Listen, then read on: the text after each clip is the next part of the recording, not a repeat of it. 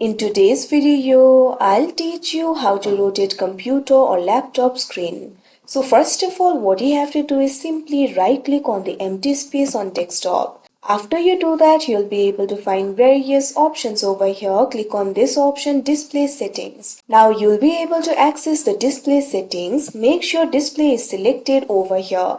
What you have to do is scroll down in this interface. Now over here you'll be able to find this option for display orientation. Right now landscape is selected. What you have to do is click on it. Now you'll be able to find various options over here. Simply click on the option of your choice. Now after you do that, you can see over here your screen has been rotated. So like this you'll be able to rotate your screen. Likewise, there is also the shortcut that you can use. For that, what you have to do is press Ctrl Alt and press the arrow key.